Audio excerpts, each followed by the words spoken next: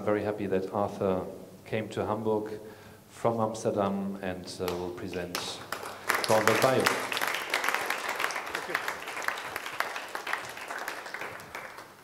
I hope it is save the best for last, because we're a half hour late.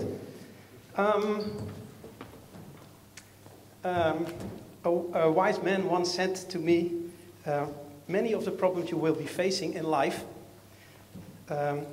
are somewhere or somehow already solved by nature. He was my daddy.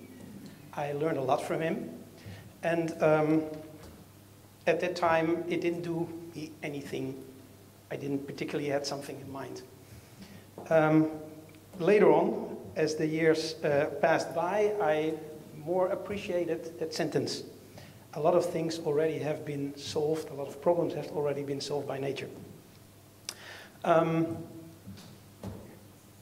I would like to take you in the world of fungi, mushrooms, and we all know them in the forest. I hope that we are all a little bit connected to nature. And when you look at the pictures, you see that white stuff over there on the tree. And fungi are, let's say, the cleaners of the nature.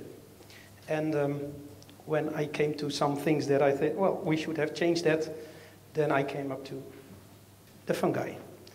Do I have to press a button, or do I have to? Yes. Okay. I'm from Grown.bio, and I'm, according to Jenny, hopefully making small step but big impact. What we do is we've learned from nature to make home and marine compostable mycelium composites, something like this. And the mission we have is using renewable materials and fungi. We really want to replace that bad stuff that's called fossil-based plastic or EPS or whatever. And here comes the more personal thing: leave the world a better place for generations to come. I've had several companies before. They were not sustainable in the sense like it is now. And I would be very dissatisfied about myself, if I would not make at least a small step towards something that's called sustainable or circular. And when I talk about sustainability, I have three things in mind. It's ecologically, that's something we talk a lot today about, but also socially. And I'm very proud that last week we were awarded Most Inclusive Company. The people that work at our factory, we don't care about the gender, we don't care about the country, we don't care about the age. There's a job to be done, and if you're qualified for that, you're more than happy to be with us. And also financially, because we are a commercial company. Composites. I would like to tell you something about the process, how we make these kind of products. I will tell something about circularity, and I will tell you something about the lessons, sometimes the hard lessons we learned along our journey.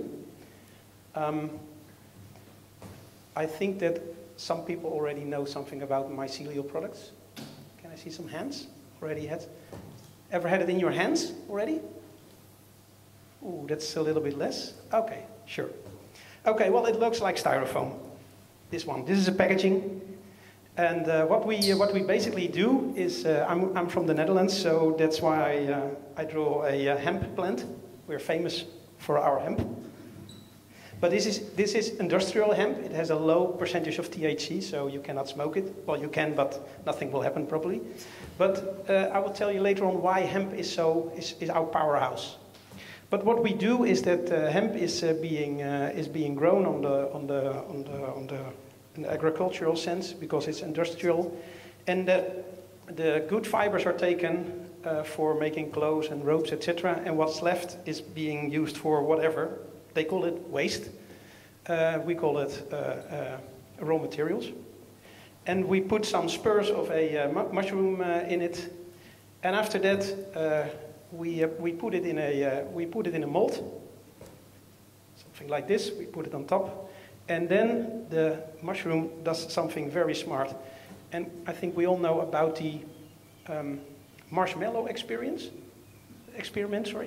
Marshmallow experiment.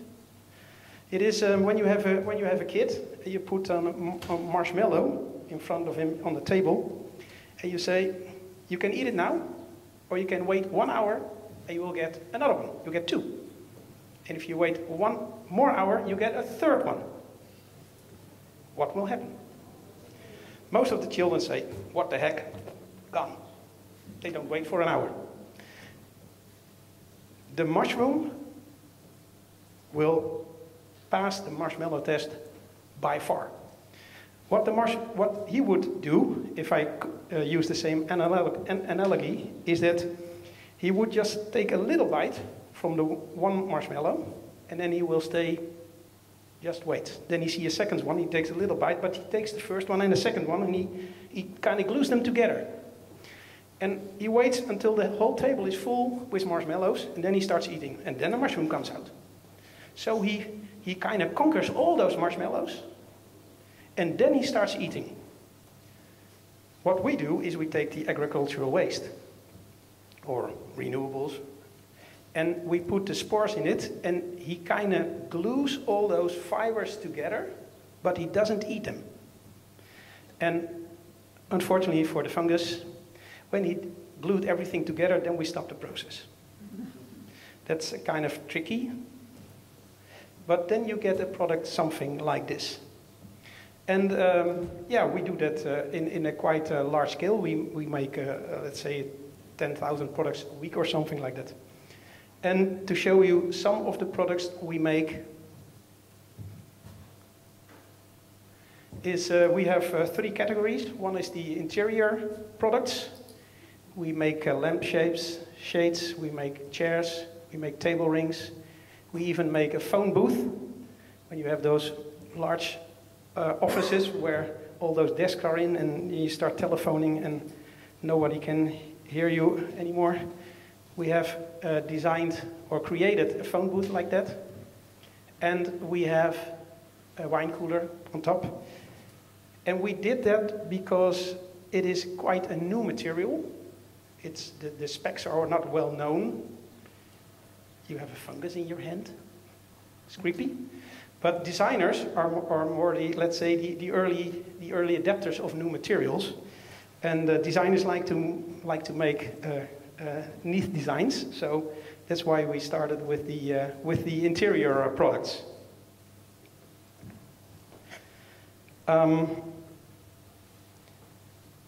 The also is a commercial one. It's one of the lessons. Is that a nice designed article and a price, it's always flexible. You can ask any price.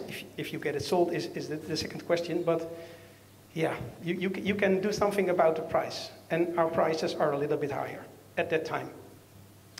The second group we make is, and in numbers, in quantities, the biggest, is the packaging. And we really like the packaging because the numbers are a little bit higher, and I come to that later if we want to make impact. And remember, I wanted to leave this earth and at least have made some impact. Then I have to make a much larger quantity of products. I will explain about the circularity later on. A little bit from the left that our packaging, or more for the representation of it's the amenity kit. If you look at the middle part there, you see they're the more protective because it kind of looks like foam. So it has a protective function. That's more in the middle. It's also insulating, thermal insulating. That's what we use on the top right, where we pack ice cream.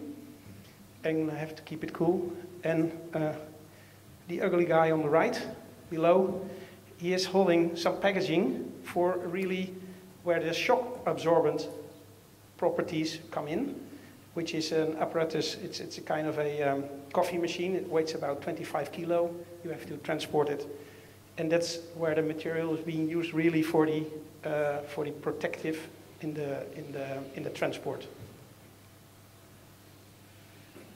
But what we most like is the large volumes, because the plants, when they grew, they captured the CO2 out of the air. And the second series of items that were the packaging, that's mostly single use. So if the customer has his product in his hand, then he throws away the packaging. And then something happens, but probably the CO2 will come in the air again, and we want to capture the CO2. That's my dream. So then we go to, let's say, the building and construction, where the mycelium will stay in place a lot longer. Let's say you build a house for about 60 years. We did some projects already, more in the facade, which is the left side. We made the growing pavilion at the Dutch Design Week in 2019 or something. We make a bird watching hut, that's the middle one, which is the first one where there's also some constructional strengths in our material, which I was quite hesitant to do.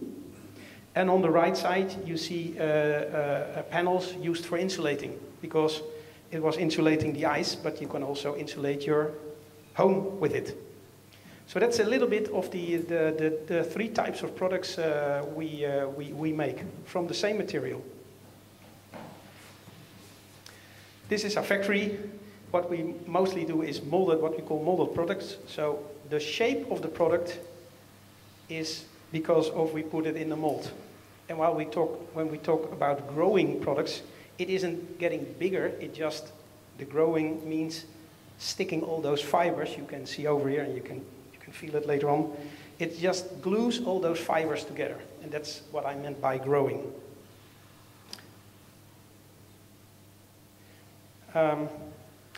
A fungus likes a nice moisture and warm environment, so we have some climate rooms. Yeah, more pictures. Okay. About circularity. Circular, when you say about, let's say, using materials, then you say, well, it comes in a kind of a loop, and you use and reuse the material multiple times. We kind of use the CO2 as part of that circle as well. So what we do is that we have the hemp, again, on the top left, and now explain why hemp is so favorable, at least by us, because hemp is it's a very fast-growing material. It captures most CO2 per square acre of all crops known, and it has almost it needs no pesticides. When it gets attacked, it makes its own pesticides. So it's really a very favorable plant, crop.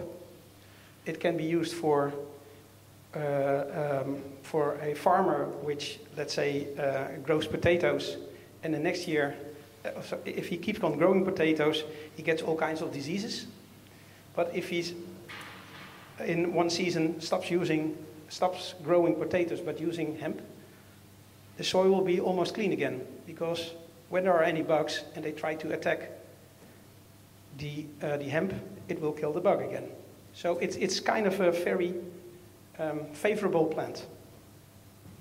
Again, the inoculation with the spurs of the fungus. Again, you see the molding. It's the same pictures as before. But then comes the fuzzy part.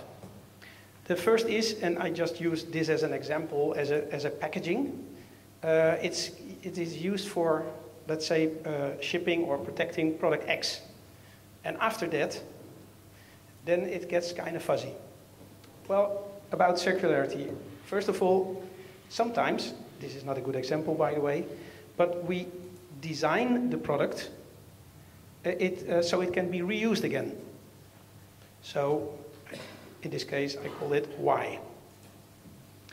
But it is a packaging. It is a low-interest thing, so it could happen. It just vanishes somewhere. That's the question mark. Well, that's the big advantage of this material above the, let's say, the styrofoam. If a styrofoam gets on the street or in the water, it will be still there. It will still be there in 1,000 years. This one will just decompose, just like anything else. So it will become CO2 somewhere, and I hope that on the left side again, new hemp is being grown and takes the CO2 out. All other things we also can imagine is that why you can do the industrial composting. You can also burn it and use it for generating energy. You will get CO2 anyway, so why don't use it in a proper way?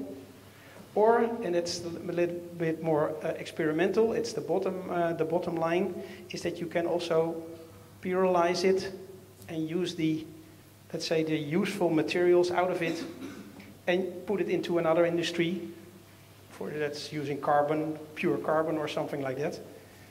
And then, let's say, the circle gets longer, because the longer the circle is, the better it is. This is how we kind of look at circularity about our products.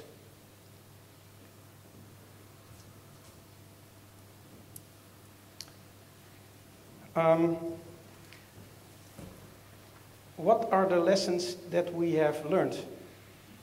Well, we also faced, and I'm going clockwise from the left, is that circularity, sustainability, why? George Clooney said, Nespresso, what else? I think circularity, what else? But again, that's my personal opinion. He was an employee at the purchase department, and now he was confronting me with a little bit higher price of our product. And he said, yeah, but why about paying more for sustainability, etc.?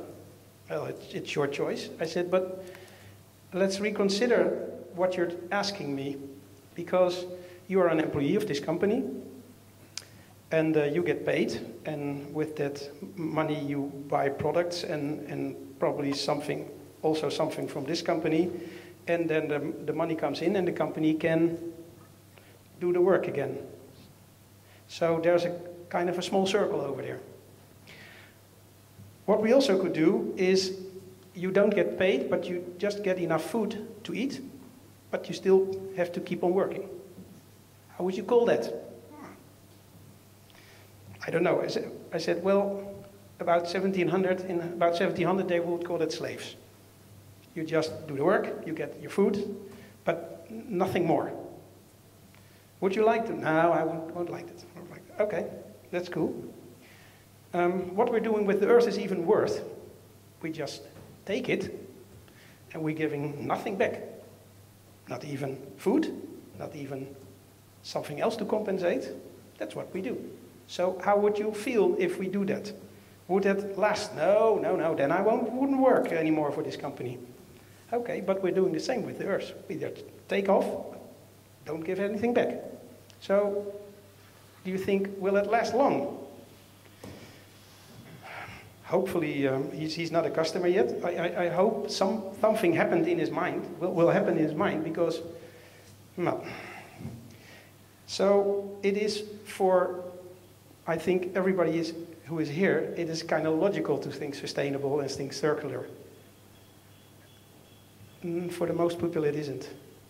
And I tend to be more firm in it. I just leave them aside. I don't do any energy, any energy in those people. If they're not thinking that sustainability is a necessity, then I go to someone else. I don't try to convince people anymore. One story. If not, then I just let it go. It's a bit fatalistic, perhaps, but it's okay. Unknown, unloved.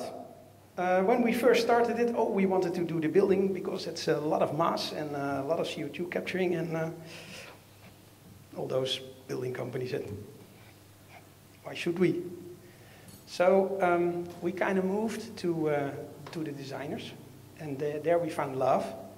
So we always are looking for, let's say, the sweet spot.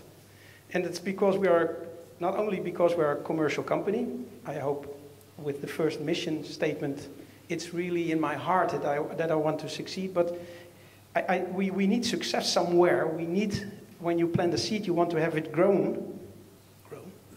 And we didn't find it in the building sector where we could have made the biggest impact.